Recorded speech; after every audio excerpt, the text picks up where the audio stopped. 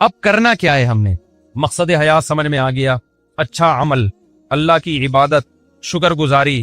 اب سوال پیدا ہوتا ہے کہ وہ شکر گزاری یا عبادت جس پہ اسلام ہمیں لانا چاہتا ہے اس کو ہم کیسے ایکسپلین کریں گے؟ کیا کرنا پڑے گا ہمیں جس سے ہم اللہ کے شکر گزار کہلائیں گے، جس سے ہم اللہ کے عبادت گزار کہلائیں گے، اور جس سے ہم اللہ کے ہم اچھا عمل کرنے والا کہلائیں؟ تو کیا کرنا پڑے گا ہمیں؟ میں سمجھا پا رہا ہوں، بس یہ بات کو میں سمیٹ رہا ہوں جلدی سے۔ اس کے لیے سورہ بنی اسرائیل میں اللہ نے 4 باتوں کا حکم دیا کہ جو آدمی 4 کام کر لے گا نا، اللہ کی نظر میں وہ عبادت گزار کہلائے گا، اللہ کی نظر میں وہ شکر گزار کہلائے گا، اللہ کی نظر میں وہ اچھا انسان کہلائے گا، اچھا عمل کرنے والا کہلائے۔ یہاں تک بات کلیئر ہو گئی؟ وہ 4 عمل کیا ہیں؟ سب سے پہلا دیکھو، یہ اچھے عمل کا مطلب نہیں ہے کہ آپ CA کرنا چھوڑ دیں، میری تقریر کا یہ ہرگز مطلب نہ سمجھیں کہ آپ اپنے بچوں کی بالکل بھی ٹینشن لینا چھوڑ دیں اور اسکولوں سے نکال کے ان کو ٹماٹر بیچنے پہ لگا دیں۔ ایسا نہ ہو میرے بیان کے بعد کوئی بچہ O لیول کر رہا ہو، ابا کہیں بیٹا دنیا مسافر خانہ ہے، ٹماٹر بیچ۔ ٹینشن تو لینی نہیں ہے۔ میں بلا وجہ 9 سال تک ٹینشن لیتا رہا، O لیول کی فیسیں بھرتا رہا، اور تجھے چارٹرڈ اکاؤنٹنٹ بنانے کی اور کمپیوٹر کا سافٹ ویئر انجینئر بنانے کی اور امریکہ بھیجنے کی اور تاجر بنانے کی، اور اسکول آج پتا چلا دنیا کیا ہے؟ مسافر خانہ۔ لہذا یہ ریڑھی لے اور ٹماٹر بیچ۔ بچہ کہے گا جب مسافر خانہ ہے تو ٹماٹر بیچنے کی بھی کیا ضرورت ہے؟ کیونکہ آج کے بچے بہت ہوشیار ہیں، وہ آپ سے ایک قدم آگے جائیں۔ وہ کہیں گے ابا پھر ٹماٹر بیچنے کی بھی تکلف کی کیا ضرورت؟ بیٹھ جاتے ہیں کسی درگاہ پہ جا کے، کچھ نہ کچھ لنگر بٹ رہا ہوتا ہے نا، تو ہمیں بھی مل جائے گا، مسافر خانہ ہے نا۔ وہ ایک آدمی نے اشتہار دیا کہ ایک ویکینسی ہے، ملازمت ہے، تو اس میں تنخواہ تو نہیں ہوگی لیکن 2 ٹائم کا کھانا فری ہوگا۔ 2 ٹائم کا کھانا کیا ہوگا؟ فری ہو۔ بندہ چلا گیا، بے روزگار بہت ہیں بیچارے، انہوں نے کہا چلو تنخواہ نہیں ہوگی 2 ٹائم کا کھانا تو ملے گا۔ تو پوچھا جی کام کیا ہے؟ اس نے کہا داتا دربار سے جا کے نا لنگر بٹرا ہوتا ہے، 2 بریانی کی شاپریں لے کر آنی ہے، ایک خود کھائے گا ایک میں کھاؤں گا۔ لنگر بٹرا ہوتا ہے، 2 بریانی کی شاپریں، 2 صبح اور 2 رات کی، تو ایک تو کھائے گا ایک میں کھاؤں گا، تو 2 وقت کا کھانا کیا ہو گیا؟ اس نے کہا میں خود ہی وہاں جا کے نہیں کھا لوں پھر بیٹھ کے۔ یہ مائنڈ ہے، یہ ہے بزنس مائنڈ۔ اس کو یوٹیوبرز کیا کہتے ہیں آج کل نا؟ یوٹیوب پہ یہ بزنس کے، اور ایک مہینے میں 1 کروڑ روپے کمائیں، 1 لاکھ روپے کمائیں، آدمی ایک دم اٹریکٹ ہوتا، بے یار اوف، پتا چلتا ہے یہ تمہیں یہ بھی 10,000 روپے کما رہا ہے اس ویڈیو بنا کے، اس پہ ایڈ چلتے ہیں جس سے اس کی 10,000 آمدن ہوتی ہے، اور تمہیں 1 لاکھ کی ترغیبیں دے رہا ہے۔ تمہیں کس کی ترغیبیں دے رہا ہے؟ اس لیے اتنا زیادہ ان لوگوں کو فری کرانے کی ضرورت نہیں ہے۔ ایسا لوگ ڈپریشن میں جا رہے ہیں نا۔ مسقط میں ایک صاحب ہیں، وہ روزانہ ہر تھوڑے دن کے بعد مسقط میں یہ کر لو، مسقط میں نے مسقط میں رابطہ کیا، میں نے کہا یہ تاجر آدمی ہے، یہ بڑے، اس نے کہا یہ بیچارہ بالکل فارغ ہو گیا ہے، اس کو کوئی سن نہیں رہا، تو اس نے سوچا پیسے کمانے کا یہی طریقہ ہے۔ پاکستان میں تو اب لوگ مایوس ہوئے ہیں، تو مسقط میں یہ، انہوں نے کہا ہم مسقط میں رہتے ہیں، کچھ بھی نہیں ہے لیکن یہ نہیں بتائے گا، آپ خود جاؤ دیکھتے کہ کرو تو پھر پتہ چلے گا آپ۔ تو اب آپ نے دنیا کو سمجھ لیا مسافر خانہ۔ جی مفتی صاحب نے کہا ہم آخرت کے لیے پیدا ہوئے ہیں، اور یہ both are made for each other بھی نہیں ہے، اور ابا کے لیے بھی نہیں بنے، اماں کے لیے بھی نہیں بنے، بچوں کے لیے بھی نہیں بنے، تو اس سے تو رہبانیت آئے گی نا، رہبانیت، دنیا کو لات مارنا آئے گا، پھر ہم تو ترقی میں اور پیچھے رہ جائیں گے۔ کیا خیال ہے؟ گورا تو پھر ہمیں اور غلام بنا لے گا، تو ہم اللہ کی عبادت تو بعد میں ہوگی، پہلے کس کی عبادت شروع ہو جائے گی؟ گورے کی، جو ہو کر جو کر رہے ہیں ہم بھکاری کیوں ہیں؟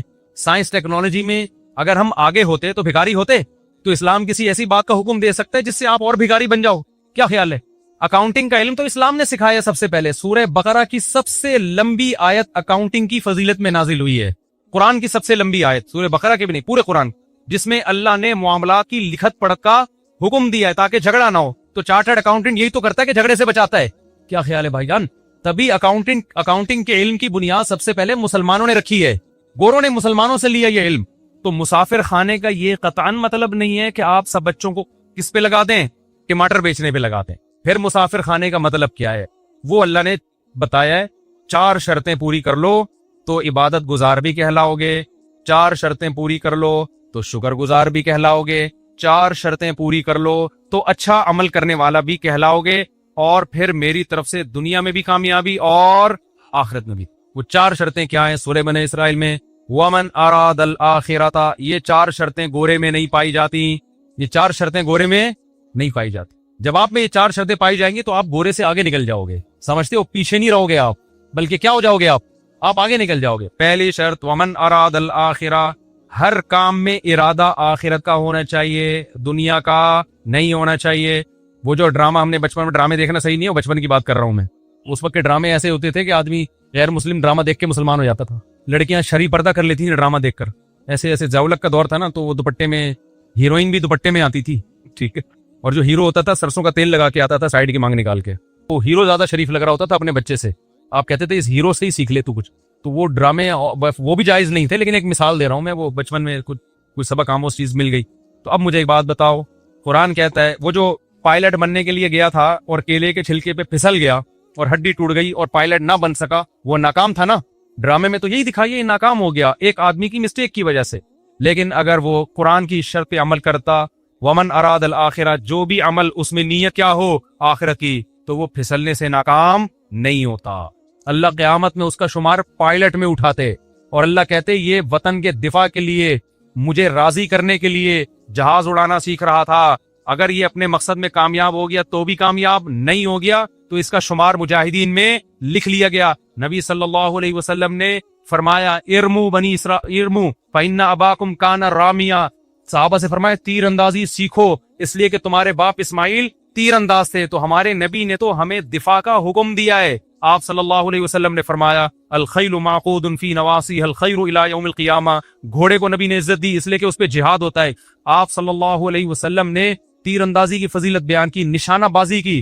قرآن میں آتا ہے اعدوا لهم ما استطعتم من قوہ، دشمن اسلام کے خلاف جتنی طاقت اکٹھی کر سکتے ہو کرو. نبی نے فرمایا الا ان القوۃ الرمی، فرمایا طاقت سے اللہ کی مراد ہے پھینکنے کی صلاحیت بڑھاؤ، اپنی تیر کی صلاحیت. تو جہاز بھی تو بم پھینکتا ہے نا لے جا کے. سمجھ میں نہیں آ رہی میرا خیال بات؟ ترہبون بہ عدو اللہ وعدوکم، اللہ کہتے ہیں اپنے آپ کو اتنا مضبوط کر لو کہ اپنے اور اللہ کے دشمنوں کو اس سے ڈراؤ تم. تو اگر ہمارے پاس پائلٹ ہی مارکیٹ سے شارٹ ہو جائیں تو ہم ڈرا سکیں گے دشمنوں کو؟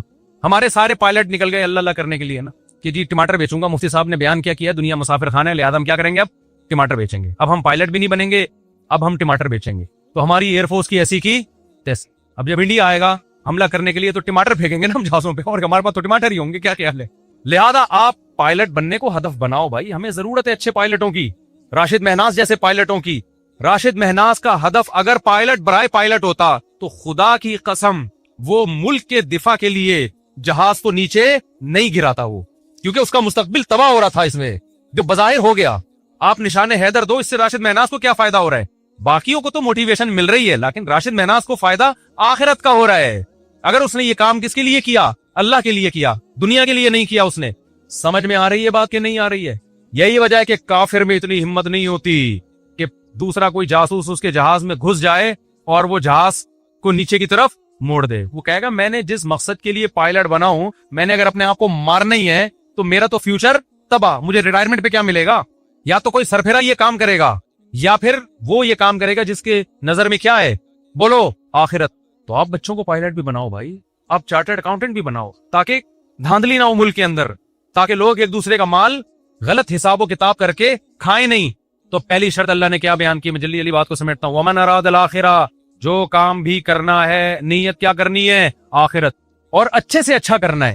سوال پیدا ہوتا ہے نا، کوئی کہے گا بھائی پھر ٹماٹر بیچنے میں بھی تو آخرت کی نیت ہو سکتی ہے. یقیناً ہو سکتی ہے.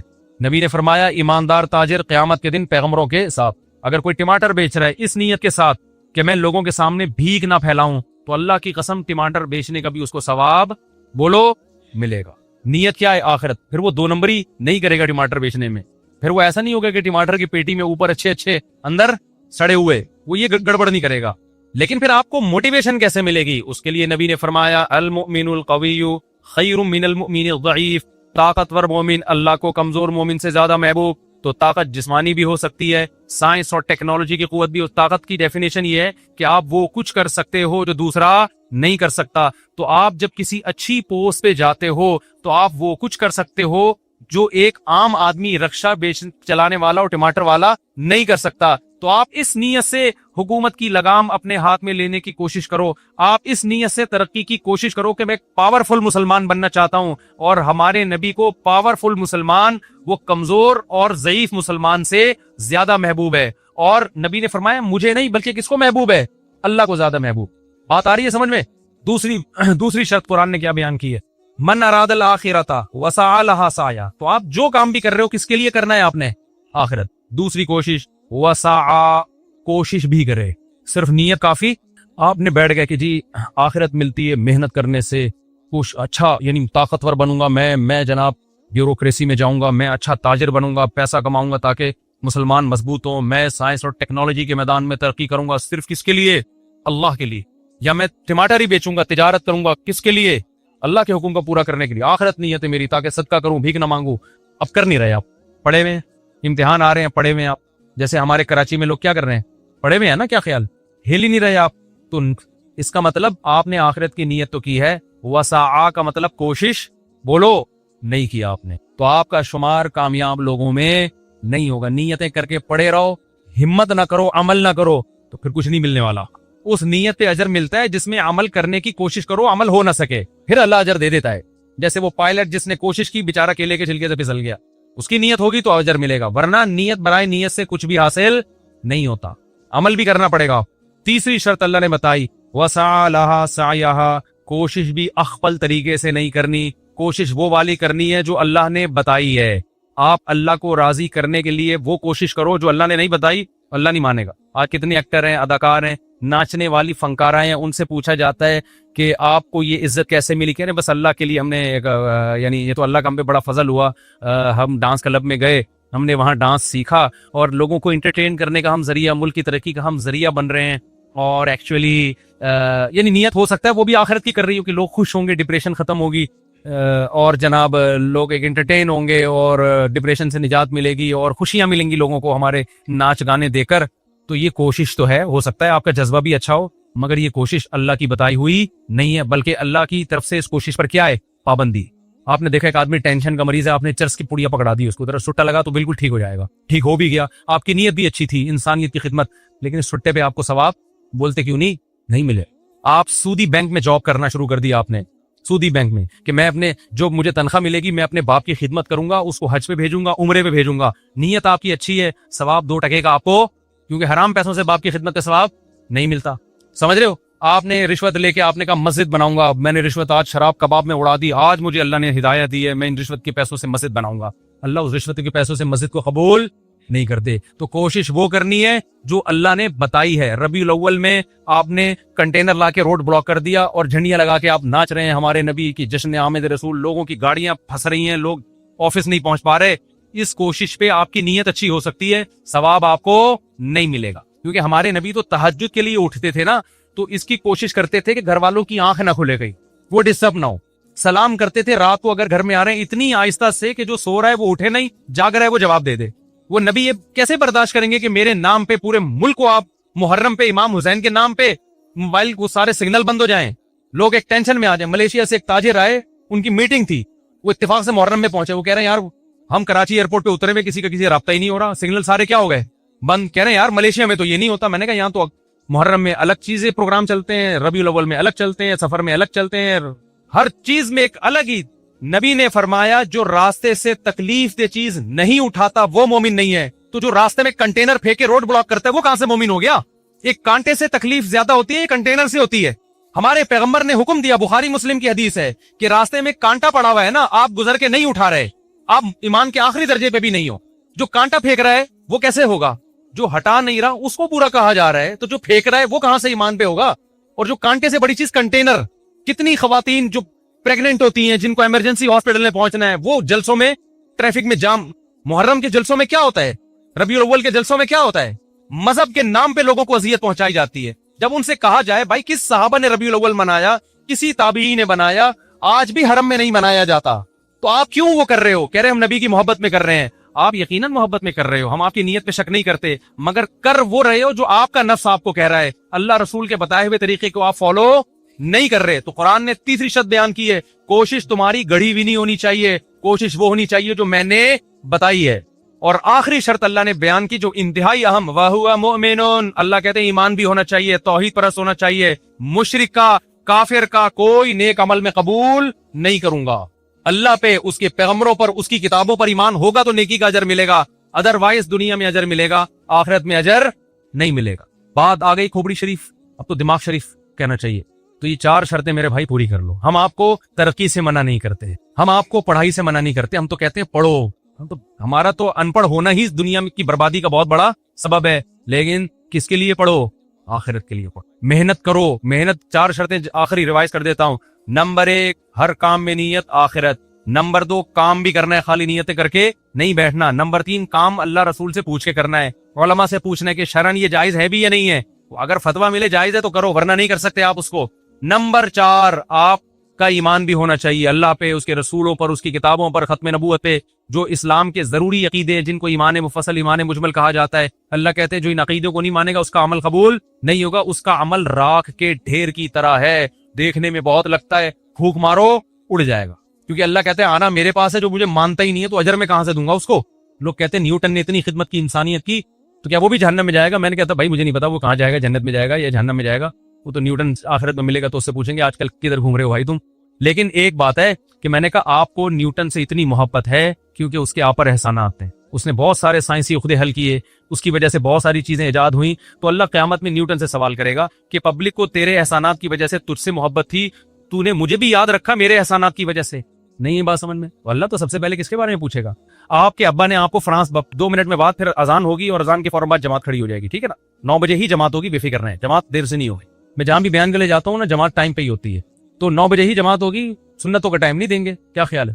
آپ نے اپنے بچے کو فرانس بھیجا اعلیٰ تعلیم کے لیے, انویسٹمنٹ کی, پیسہ خرچ کیا, میرا بچہ بڑا سائنٹسٹ بن کے آئے گا, پھر اتنا میں پیسہ لگاؤں گا, پھر بوڑھے باپ کی خدمت کرے گا. بچہ فرانس سے جرمنی نکل گیا, وہاں سے جاپان نکل گیا, ابا کے پیسوں پہ کھا پی کے اس نے ٹرسٹ بنایا, پھر اس نے جناب جاپانیوں کی بھی خدمت کر رہا ہے, امریکیوں کی بھی خدمت کر رہا ہے. ابا کو ایک دن بھی فون کر کے نہیں پوچھا, ابا بڑھاپے میں ریٹائر ہو گیا, بچے سے کہہ رہا ہے بیٹا فون ہی نہیں اٹھا رہا, انسانیت کی خدمت کر رہا ہے. تو انسان کہیں گے یہ بندہ بڑا نائس ہے یار. ابا سے جب پوچھو گے ابا کہے گا آنے تو دو, میں نے تو اس کو جائیداد سے بھی آگ کر دیا ہے اور میں اب نادرہ سے بھی اس کا نام اپنے بیٹوں کی فہرست سے نکال رہا ہوں. تو بھائی ابا جب مانے گا جب تم ابا کو مانو گے. تو اللہ کہتا ہے جن سائنسدانوں نے انسانیت کی خدمت کی, انسان ان کو مانتے ہیں, ان کو نوبل پرائز بھی دیتے ہیں, ان کی عزت بھی ہوتی ہے, یونیورسٹی ان کو پڑھایا بھی جانتا ہے. جب آخرت میں میرے پاس آئیں گے تو سارا خرچہ تو میرا ہوا ہے نا ان کے اوپر. کیا خیال ہے؟ خرچہ کس کا ہوا ہے؟ جب نیوٹن پیدا ہوا تھا اس کی ماں کی چھاتیوں میں دودھ کیا آئنسٹائن نے پیدا کیا تھا؟ تو خدا نے پیدا کیا تھا. نیوٹن نے خدا کا شکر کیوں؟ میں نہیں کہہ رہا نیوٹن نے شکر ادا نہیں کیا, بھائی مجھے نیوٹن کی رپورٹیں نہیں ہے, میں تو ایک مثال دے رہا ہوں. اگر ادا کیا ہے تو کامیاب ہوگا, ادا نہیں کیا تو کیا ہوگا؟ ناکام ہوگا میرے بھائی, ناکام ہوگا. اللہ کہے گا جس نے تجھے پیدا, اللہ کہے گا آسمان سے بارشیں تو میں برساتا تھا, زمین سے تناور درخت کون اگاتا تھا؟ تو خالی یہ بتاتا تھا کہ یہ کیسے اگ رہا ہے, یہ آم کی گٹلی سے آم کیسے بنتا ہے. اس آم کی گٹلی میں ایسے سافٹ ویئر کہ گوبر پانی مٹی کے ملاپ سے درخت بنتا ہے, اور درخت میں پھول اگتے ہیں, پھول تتلیوں کو مائل کرتے ہیں, ان سے نر مادہ پھولوں کا ملاپ ہوتا ہے, پھر آم پیدا ہوتا ہے, اور ہر آم میں وہی گٹلی ہوتی ہے جو زمین میں تم نے دفن کی ہوتی ہے. یہ سافٹ ویئر تو نیوٹن نے تھوڑی انسٹال کیے ہیں, نیوٹن نے تو بتایا کیسے نیوٹن نے تو یہ بھی نہیں بتایا, کسی اور سائنسدان نے بتایا, لیکن مثال دے رہا ہوں. کرنے والا کون ہے بھائی؟ وہ تو میں ہوں. نیوٹن نے کتنی دفعہ آم کھائے ہوں گے, کتنی دفعہ گائے کا دودھ پیا ہوگا اس نے, جو سوکھے چارے سے خدا نے گائے کا دودھ بنا کے اس جانور کے تھنوں میں ڈالا. تو اللہ کو یہ حق ہے کہ وہ سائنسدانوں سے بھی پوچھے کہ انسانوں نے تم سے اتنی محبت کی, تمہیں اتنی عزت دی کیونکہ تم نے انسانوں کی خدمت کی. تو جس نے تم پہ خرچہ کیا ہے, جس نے تمہیں بنایا اور تمہیں اس قابل کیا کہ تم انسانوں کی خدمت کر کے عزت حاصل کر سکو, تم نے اس کو کتنا یاد کیا, اس کے پیغمبروں کو, اس کے سفیروں کو تم نے مانا, ان کی تعلیمات کو تم نے فالو کیا کہ نہیں کیا. تو آخرت میں کامیابی اور ناکامی کا کرائیٹیریا معیار الگ ہے. دنیا میں مائیکل جیکسن بن جاؤ گے تو کیا ہو جاؤ گے؟ کامیاب ہو جاؤ گے. آخرت میں نہیں ہوتے میرے بھائی. سمجھتا ہے کہ نہیں سمجھتا ہے؟ میرا خیال ہے اچھے اچھوں کو بھی سمجھ میں آ گیا ہوگا. لیکن ہماری مثال اس جانور کی طرح ہے, میں مثال نہیں دوں گا, نام نہیں لوں گا, مسجد میں بھی اور ہم لوگ مجھ سمیت سب کی انسلٹ ہوگی اس میں, کہ جس کو 100 سال کے بعد بھی نکالا جائے تو وہ ویسے کا ویسے ہی رہتا ہے جیسے 100 سال. بلی کی مثال دے رہا ہوں, غلط نہ سوچیں آپ. تو میں بھی اس میں داخل ہوں, ہم بھی سنتے بھی رہتے ہیں, کہتے بھی رہتے ہیں, لیکن ہمارا ہر آنے والا دن ہم کو خدا کے قریب کرنے کے بجائے خدا سے دور کر رہا ہے. آپ اپنا ماضی میں ہم زیادہ اچھے تھے, ہر آنے والے دن ہم اللہ کے قریب ہونے کے بجائے اللہ سے دور. تبھی شاعر نے کہا نا, نظر سوئے مرقد قدم سوئے مرقد, مرقد قبر کو کہتے ہیں, قدم سوئے مرقد نظر سوئے دنیا. تیرے قدم قبر کی طرف روز بروز جا رہے ہیں اور نظر تیری بحریہ ٹاؤن کے پلاٹوں میں لگی ہوئی ہے. تو شاعر کیا کہتا ہے, کہاں جا رہا ہے کدھر دیکھتا ہے, جا کدھر رہا ہے دیکھ پلاٹوں کی طرف رہا ہے. ہر آنے والا دن مجھے اور آپ کو قبر سے قریب کر رہا ہے کہ نہیں کر رہا؟ لیکن ہر آنے والے دن میں ہماری نظر میں بحریہ ٹاؤن کی ویلیو کم ہونے کے بجائے بڑھ رہی ہے. تو قبر کی جا قبر والے پلاٹ کی طرف رہے ہیں اور دیکھ کدھر رہا ہے؟ بحریہ ٹاؤن کی طرف رہا ہے. ایک دن ریاض ملک کا بھی جنازہ اٹھے گا میرے بھائی, جو اتنا بڑا مالک ہے وہ اپنے آپ کو نہیں, وہ جائے گا 6 فٹ کی قبر میں. راحت اندوری نے کہا تھا نا کہ 2 گز صحیح لیکن میری ملکیت تو ہے, اے موت تو نے مجھے زمیندار کر دیا. اصل زمینداری ہمیں قبر میں ملتی ہے, وہ ہمارا اپنا پلاٹ ہوتا ہے. آج کل تو وہ بھی نہیں ہے. تھوڑے دنوں میں گورکن ماں سے بھی نکال کے نا شاپر میں ہڈیاں ڈال کے پتہ نہیں کووں کو کھلا دیتا ہے, دوسرا مردہ دفناتا ہے اس میں. تو جو اپنا تھا وہ بھی اب اپنا نہیں رہا. تو آپ بحریہ ٹاؤن کو سمجھ رہے ہو میرا ذاتی پلاٹ ہے, تمہارا ذاتی ڈرامے بازی ہے یہ، اس میں زیادہ یہ بچوں کے کام ہیں. جو بچے کھلونے جھنجھونے سے خوش ہو رہے ہوتے ہیں، تو آپ بھی بلڈنگوں سے کیا ہو رہے ہو، یہ جھنجھونے سے خوش ہو رہے ہو، تو یہ خوش نہ ہو، کیونکہ یہ خوشی آپ کو ڈپریشن میں لے کے جائے گی. اللہ سمجھنے کی، عمل کی توفیق عطا فرمائے، اور سب سے پہلے مجھے اور آپ